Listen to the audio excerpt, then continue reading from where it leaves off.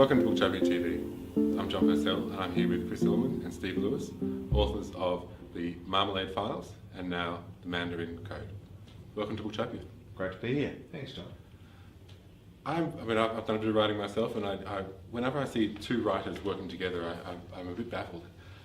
I can imagine that one jumps into the ring and pounds at the typewriter, gets exhausted, reaches the rope, taps the other one in, and the other one jumps over and starts to take on the muse. How does it work? How do you sit down and write a book together? It's a little bit like tag team wrestling. With the first book, the Marmalade Files, we just jumped into it. We had never written a novel before, either individually or together, and we took on essentially the separate narratives, and they just happened to come together. And it took 4 or 5 months to write. With the Mandarin Code, it was a much longer process. A lot more sort of work went into researching in particular. And again, I think with the writing of this book, we wrote separately on some occasions, and then we basically came together. Yeah, we started really with trying to nut out from beginning to end exactly what the synopsis was going to be. Then we broke it down by chapters and worked out what chapters we were going to need and what the synopsis of those chapters would be. And then we kind of split up the work. But there were times when we actually did sit face-to-face writing together, but we've also, over the course of the last 2 books, we set up a Google Drive account, we got Skype, and so even though we live in different cities, we can actually work together at the same time. Then we get to the end of the whole process, we think we've got a book, went down to the south coast, we read it out loud and rewrote it as we went, so that was the process. That sounds sort of interesting. I mean, writers are often very solitary and they're sort of alone there. Whereas be able to have someone who's equally invested as you are. I mean, someone's wife or husband isn't always going to be as invested in their work, but to have a partner in that and be able to soundboard sounds very creative. Awkward moments as well. In the first book, there were 2 sex scenes. I'd like to say we both had erotica. We don't call it. Political erotica. And then there was that early morning, where we were sitting. This is a few years ago now, and okay, now we get to the sex scene part, and we read it. It was a little awkward, wasn't it? It was a little bit awkward. But no, we got through all that. But very close because of it. This book deals with China. I mean, one of the things that I find interesting about the book is the what is true, what is fiction. The China side of things is extraordinary. I'm very worried for both of you. Do you ever have any plans of travelling to China in the future? I don't think either of you are going to get in. I've been to China a number of times. I've been to Tibet once, which was a great experience. I don't think we'll have any problems at all getting back into China. Look, one of the things we wanted to do with the Mandarin Code was to explore what is probably the big issue facing the globe, which is China, America. America as a superpower, China as a rising power. We wanted to anchor the Mandarin Code though in Canberra, and it's this great, for Australia, it's this great dilemma, if you like, as to how it balances the relationship between America, our most important ally, strategic partner, and China, which is our most important economic and trade partner. And it is playing out real time. We've seen a lot of tensions between Beijing and the Abbott government. There's been some quite robust commentary about all of that. So we really want to explore these sorts of issues, but we wanted to also make sure it was quite nuanced. We don't want this to be, it's not anti-Chinese or pro-American, it's much more nuanced than that. Yeah, certainly. Some of the stuff we started talking about this 3 years ago, and if you ever ask anyone in government, they will always give you the road answer: was that Australia does not have to make a choice between China and the United States. But Australia's never been in a position before where its largest trading partner wasn't a liberal democracy. It is now. So that creates certain tensions. Of course, the United States is on the wane, China is on the rise, and in the midst of that too, we've got Japan, which has an alliance with the United States, not necessarily with Australia, but the history of the Japanese and Chinese antagonism, which goes back to the 1700s really, but they sort of fought 2 very vicious wars within the space of 50 years. There's a strong memory of all of that, so that region is absolutely awash with ancient tensions, and Australia, in the mix of all those things, has to try and navigate a very difficult path. So that in and of itself is interesting, and we've seen these things now starting to, in the last few months, to really get an edge. As China sees a waning America, they've watched what happened in Ukraine, where Putin basically started to change the circumstances on the ground and let the world catch up. China appears has taken a leaf out of that book with what we've seen with Vietnam recently. So it's a fascinating time. So you've actually ramped up to generate even more tension. You've changed the president in the United States. You've changed the government in China. Can you give me the setup, just so people who haven't read the books, just give me the setup of this opening where you've got a new president, a new government in China, and there's tension, and it's centred right in the middle of there's a point right in the middle of Canberra for the opening. Yeah, well, the first chapter starts off in Canberra. It's set in 2013, which actually was one of the hottest summers on record. It starts with a Chinese national who's been working at the time the embassy that was being constructed near the Lake Burley Griffin. He makes an escape. At the same time, you've got, as you say, a new US president, Republican.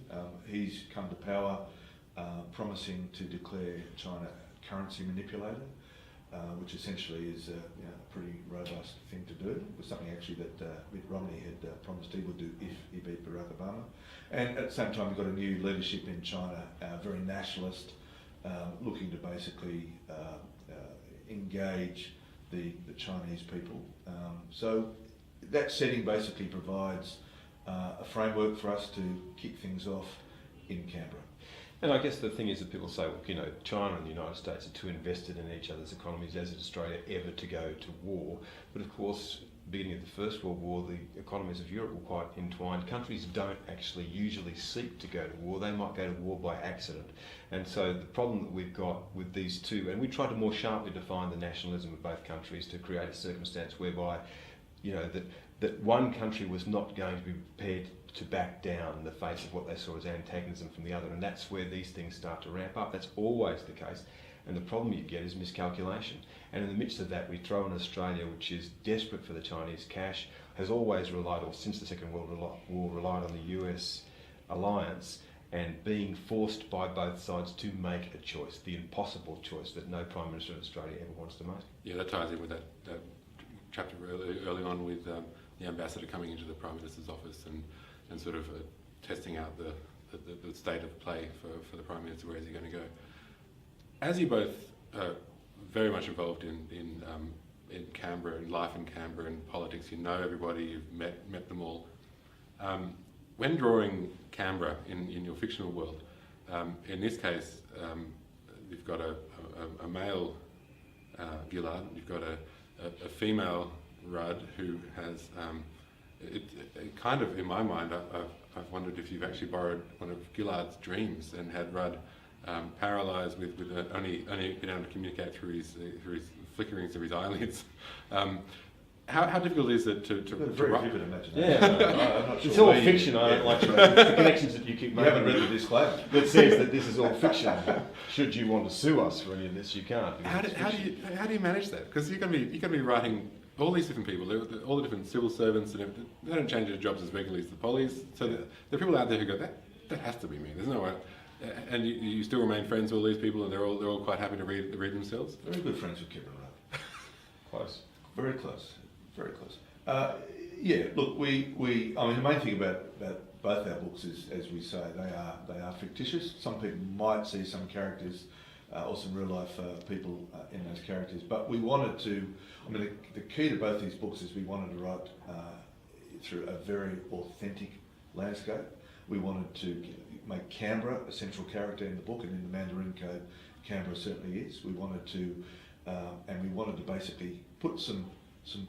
We wanted our characters to be larger than life, and really develop them as characters that, in some cases, people will like. In many cases, they won't. I mean, we don't want it to be entirely dark. We do want people. I mean, there are characters we hope in the book that people will warm to, but there's also some that they won't. But that's the nature of politics. And we wanted to write it as close to the bone as we possibly could, and talk about issues which were relevant to people, and issues which would echo their experiences, things that they had seen, and try and put it into some sort of context. The other thing too is that these are people in power, and people are flawed. All people are flawed, and political institutions are flawed. And it's a really difficult job to be Prime Minister of Australia. I don't think people realise that. I've always said that there are only two jobs on earth that people think they can do better than the incumbents. One is journalism, and the other one is politics. And so, but you know, we tried to also too, it's not completely dark, to have people that are people of goodwill who are trying to do the right thing, but find that circumstances make it almost impossible to do that. One thing that gave me a little bit of a shiver, when you talk about the cybercrime side of things and cyber terrorism, you've done a lot of research in this area. You've looked into it. What is the one thing that most frightens you in that area? Well, there are absolutely no secrets anymore, so anyone who imagines that there are is dreaming, and we've got a circumstance where the Australian Parliament is essentially hacked by the Chinese. That did happen, and almost every email that was sent between anyone in Parliament House is now lying on a floor somewhere while strategists go out and try and work out, what the relationships are in Parliament House. It is quite possible to do damage in the physical world now through the internet, so a lot of things like dams, things like telephone exchanges and things operated on a system called SCADA, which is quite easy to hack. So you can actually have a circumstance where a dam wall could be opened by somebody who was a cyber criminal or a state actor. We're now looking at changes to the law, which the Attorney General is trying to bring in at the moment. He's saying that the big concern that they have are the terrorists coming back from fighting in Iraq. In fact, the big concern that they have is state actors. They are the ones that they want to be able to track through the system, and they're the ones that are difficult to find. So an enormous amount of damage could be done in the real world, and there are no red lines in the virtual world. So if you sink a ship in the real world, you know that that's an act of war and you're going to go to war. No one actually knows where the lines are in the virtual world, and the concern is that a real world conflict might emerge from something that somebody's done online. That worries me. That worries me a lot. In the Canberra world, in the life that you're involved in, you must come across circumstances that you can't even write about because no one would actually believe. Like the truth is stranger than fiction. Do you have that? Do you have to find that difficult with the way in which politicians live their lives and ambassadors and the like that you're dealing with, or even some of the spy masters and the like? Is it sometimes too unbelievable to put in your book?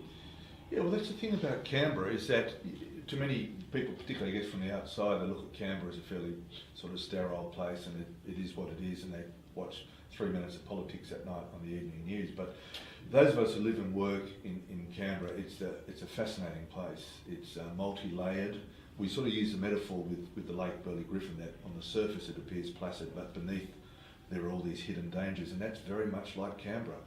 There are spies running around the place. Most of the time you don't know who they are, and they're fraternising with journalists, with public servants.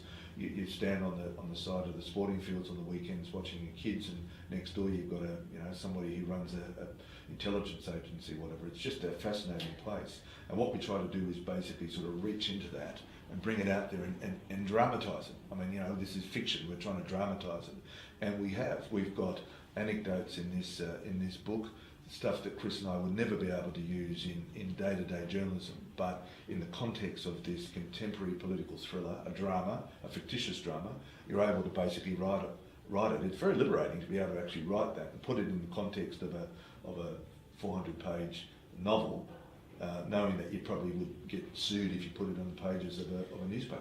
And the other thing too is that one of the interesting parts about when we wrote the first book, The Marmalade Files, someone made the same assumption as you, that we were just basically changing people's sexes and they were actually characters that they recognised. And they said, this is clearly, this person is that person, this person is that person. The thing that pins this fiction is the fact that they have a security analyst working for the Defence Signals Directorate who is a transsexual, and that couldn't possibly happen. Well, of course, that was absolutely the case. Yeah. We based the character of Kimberly Gordon on someone who worked in the Defence Signals Directorate. And of course, you can live that sort of lifestyle and be a spy as long as it's openly declared. The big thing that people get concerned about with the security clearance is that you can be blackmailed. Well, that character said in the first book, if I dress like this in the cafeteria every day, there's no way I'm going to be blackmailed for it. Yeah. Thank you very much for coming to Booktopia. I've really enjoyed this interview. It's been great fun. Thanks, John. Pleasure. The Mandarin Code is available from booktopia.com.au right now.